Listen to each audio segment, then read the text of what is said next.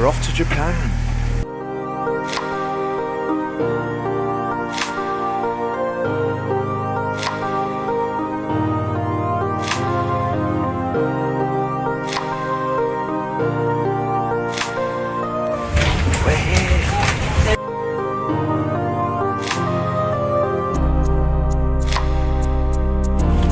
So here is the first breakfast in Japan. I have no idea what it is.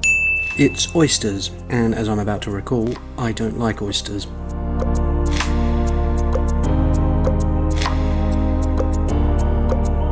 See? Told you. At least you can wash it down with a nice beer and watch the world go by.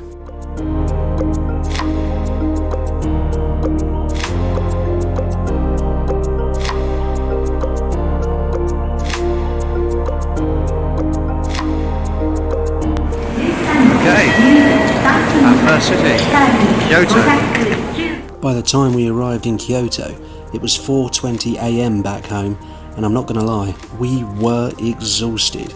So we found our hotel, checked in, and very promptly caught up on a few hours sleep. Okay. So we are out and about for the evening in Tokyo. We're going to Gion, which is like the old geisha district of the city. Hopefully try and find something to eat. We've had a nap, about an hour and a half. Both still pretty tired, so hoping we're going to be able to sleep through the night and wake up on Japanese time.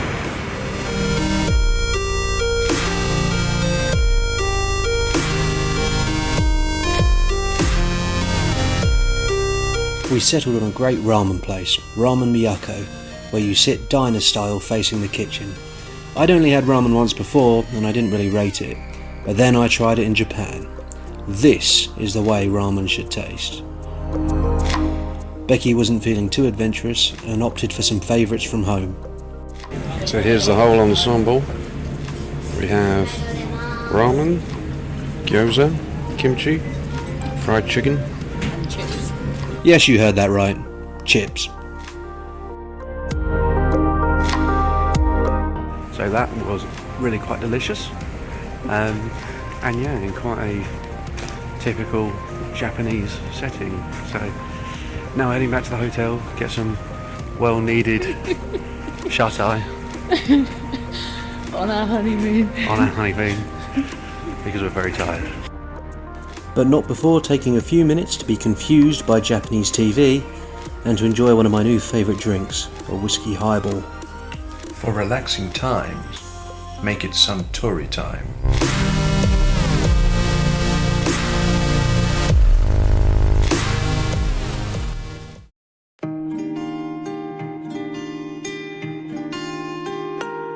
So it's morning here in Kyoto. We've timed our sleep pretty well, so we woke up about 7 or 8, and hopefully now our brains are on Japanese time. Seems as good a time as any to introduce you to the hotel room here at Hotel Il Verde, Kyoto. So we've got our little tea making station here. We bought these, they're not included. You've got a safe here and a fridge down there. Okay, and here's the hotel room. Double bed is in fact 2 singles pushed together. I'm not sure if that's normally the case. And here is beautiful Kyoto. So the plan for today is to head up to Arashiyama, see the bamboo grove up there, maybe take the Castano Scenic Railway, and for sure to see the monkeys in the monkey park. Breakfast was a grab-and-go affair from a place masquerading as French. I've been to France many times, but I've never yet been to a French bakery that sells churros, hot dog wraps, and hot dog brioche. I wonder if there are any countries where British cuisine is sold in unrecognisable variations. Probably not.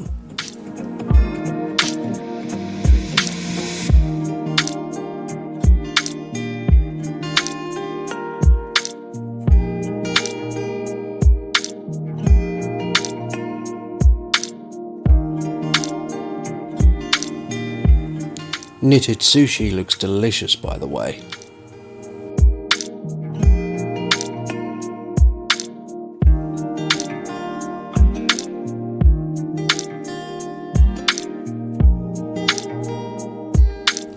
And so began the short climb up to the monkey park.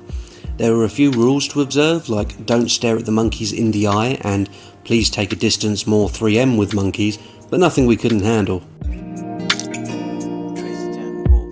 Since 1957, people have been coming to this park and feeding the Japanese macaques, but don't bring your own food. They sell fruit and nuts for them here, and the monkeys are very keen to take it.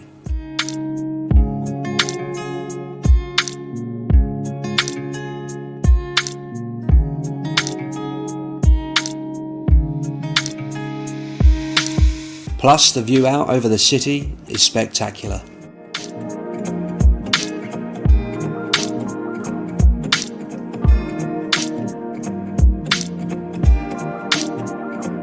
Got lunch on the go. We've got fried chicken, hash brown, and Asahi beer.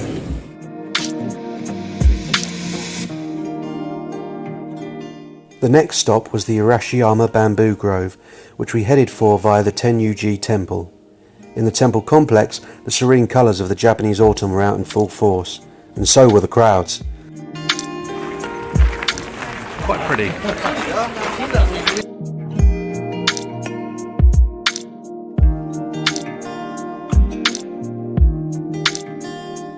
A short walk and a wish later, we were among the bamboo. Google this place and the pictures will show you sequestered quiet. But if you want to recreate those photos, you've got to get up pretty early. The place was rammed.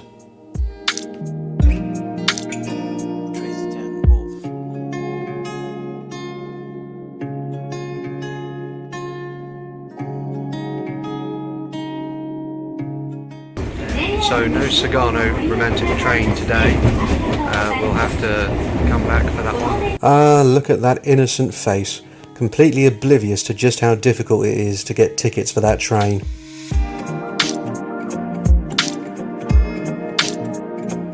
Back in Kyoto city centre, after sampling 3 types of yakitori chicken, we headed back to the hotel for a nap as the sun went down. So we've come back out for the evening. Gonna do a little bit of sightseeing, checking out a couple more temples. Illuminated in the evening. Looking slightly like a robber here. Just occurred to me.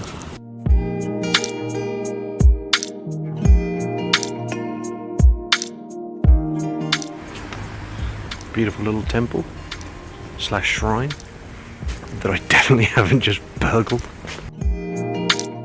Our wandering soon brought us to the Yasaka Pagoda, part of a former temple complex that burned down. The present structure dates to 1440 and is built around a huge wooden shaft made from a single massive tree. It stood the test of time, surviving Japan's many earthquakes. It's also one of the most photographed places in these islands. After stopping at the Yasaka Shrine, half a kilometre to the north, it was time for dinner.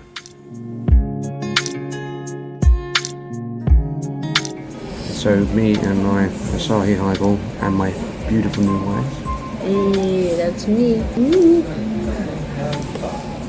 have come to another ramen shop. This time's been getting on, so we're going to be going for something broadly pretty similar to last night. Except it appears to be in the middle of like a little red light district. So In the middle, I thought there was just one next door and that's it. well, I don't know. Nom nom nom.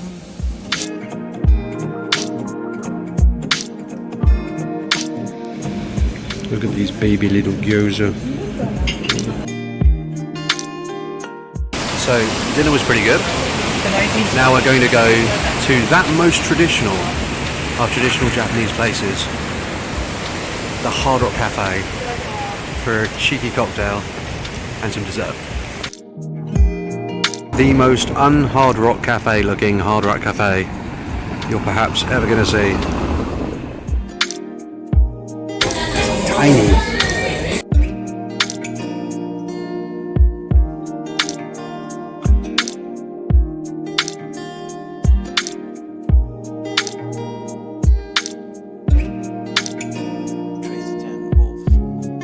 And so ends day 2 in Kyoto.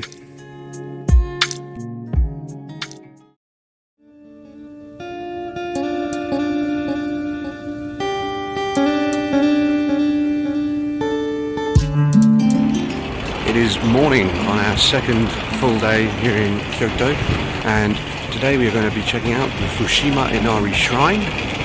We're taking the train down there, and we're also going to be checking out Nara Park, where we will see some wild deer and give them some treats. So there it is, the start of the Fushimi Inari Shrine.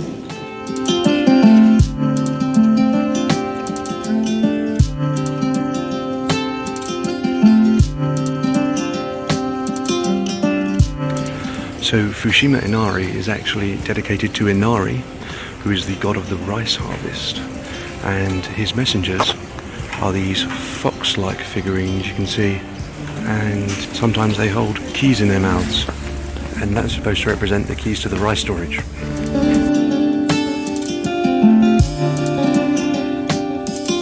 Of course, the best known part of Fushimi Inari is its torii gates, or senbon torii, each one representing a different donor who wanted divine support. These lead to the inner shrine. Along the main path there are approximately 1,000 of them.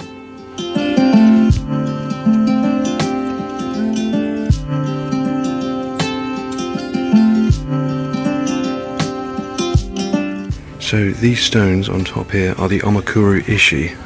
The idea is supposed to be that you guess the weight of the stone before you lift it, and if it's lighter than you thought it would be, then your wish will come true. So is your wish coming true? We'll see.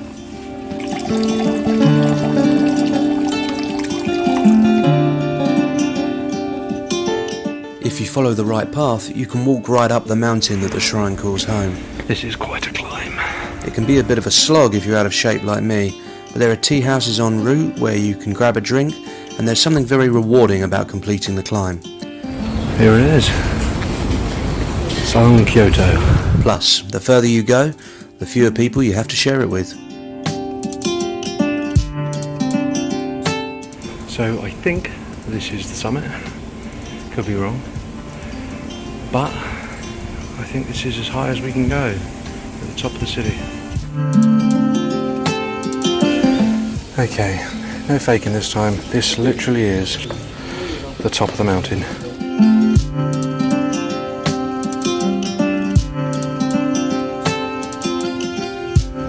The descent begins.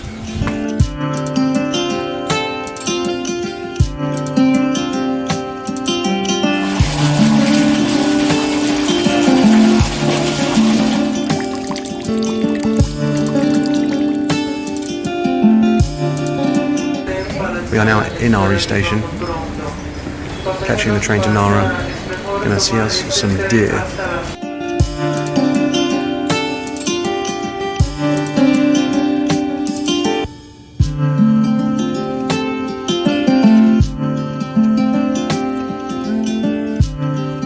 On our way to Nara Park, we encountered this place.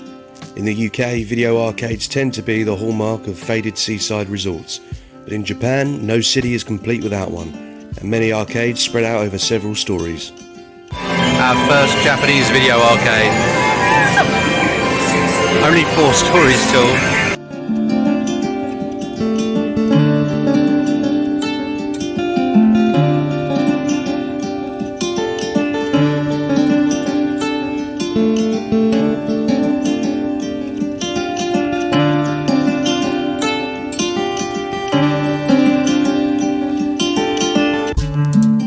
In Nara Park, hundreds of wild deer walk free.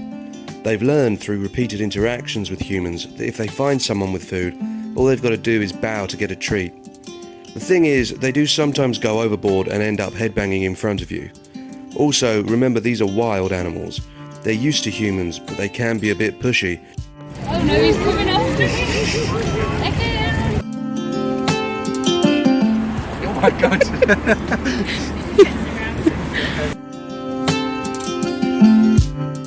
No, that's it. Exit pursued by a deer. And at one point we had to make ourselves scarce so 2 stags could kill each other. Going full David Attenborough here. Jump!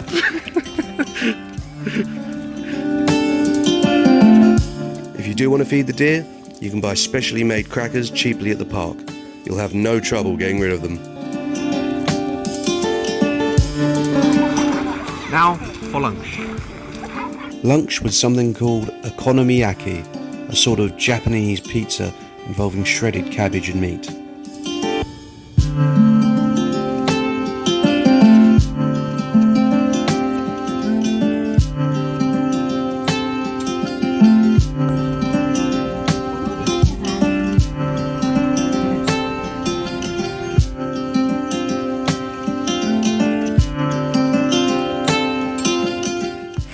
So it's just before dark. We're heading up to Kiyomizu-dera, our last stop for the day. One of the most famous temples here in Kyoto.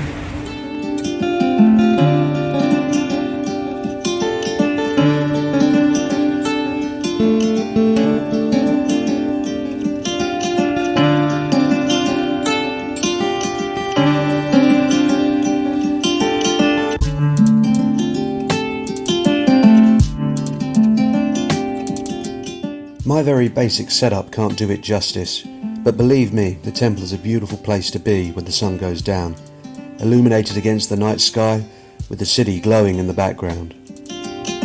We headed for Gion via Sananzaka, a street filled with traditional buildings and shops.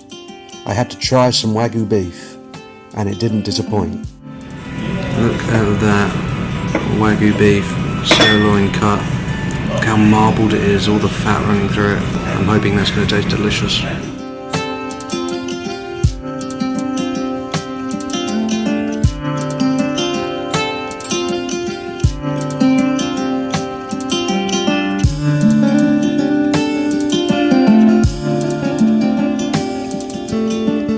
We'd packed it in that day, so it was time for bed. What would the morning bring?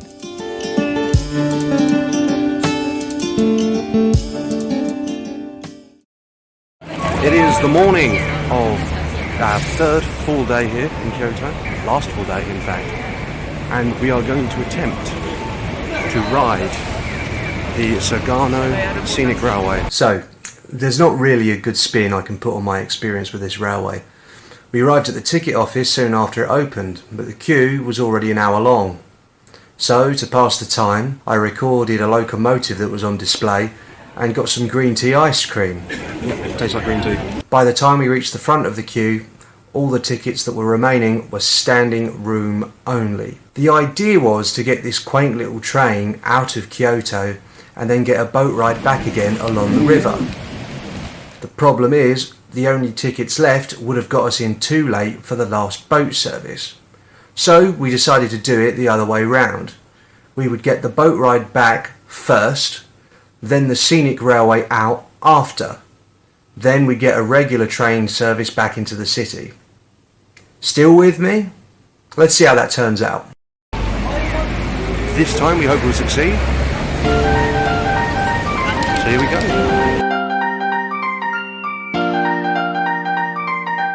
So we are here for the Hosogawa River Cruise, and as for the Castano Scenic Railway, that's been knocked on the head. We actually managed to get 2 tickets for that, but because there was a 2-hour wait here to get on the boat, and the boat ride itself was going to take 2 hours, that meant that by the time we were actually back for the Scenic Railway, it would have been too late to catch it, and we had to spend half an hour wrangling over the 7 or 8 quid that the train tickets cost us.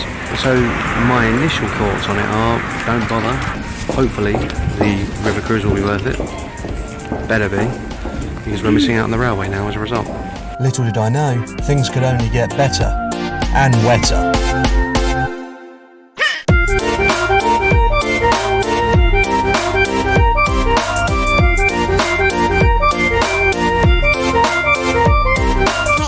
What is this, the bloody splish splosh?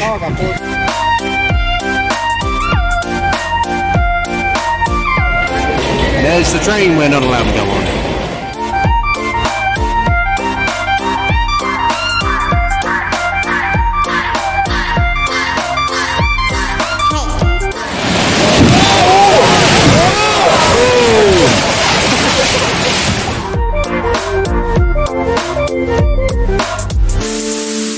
Part of what makes this river cruise so good is the fact that it's not all white water. There's plenty of breathtaking scenery and moments of tranquility too. Loving these autumnal colours.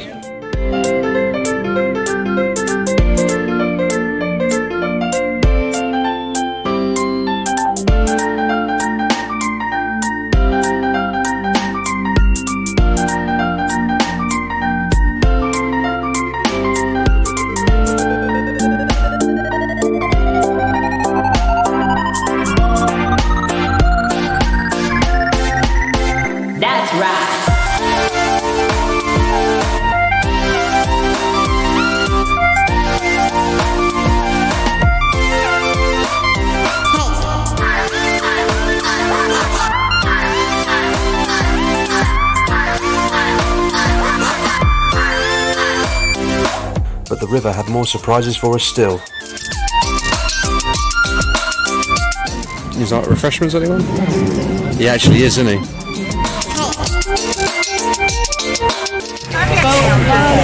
New contender for the weirdest place I've ever bought a beer in the middle of a river from a boat filled with assorted goods. There's a man cooking back here. Look at him.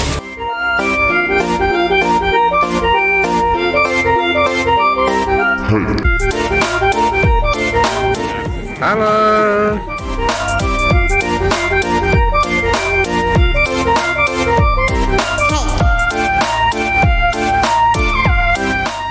Thank you, boss man. Arigato. Ironically, we probably do have time for that train. Now we don't have the tickets. So, noisy man. We will be back at Saga Arashiyama station about the time the train we were supposed to catch is going to depart. So it was probably a safe bet cancelling our tickets. But just in case, we're making a beeline there to see if we're able to purchase the same tickets we cancelled. Probably not, judging by the fact there was an hour queue for them earlier, but you know. Just watch the train we should have been on. Maybe could have been on. Pulling away from the station. Tickets all sold out anyway. So, no Sagano romantic train. But the boat ride was lovely. Really, really pleasant. And now I'm hoping we can get back to the city centre in time to get some melon pan.